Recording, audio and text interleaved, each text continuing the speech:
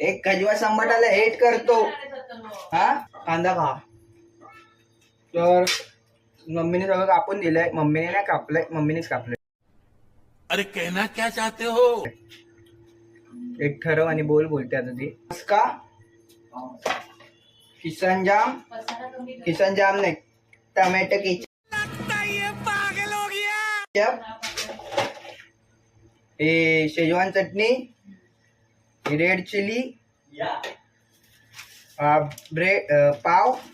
तर हे असं करायचं असं हे सॉस राहिला सॉस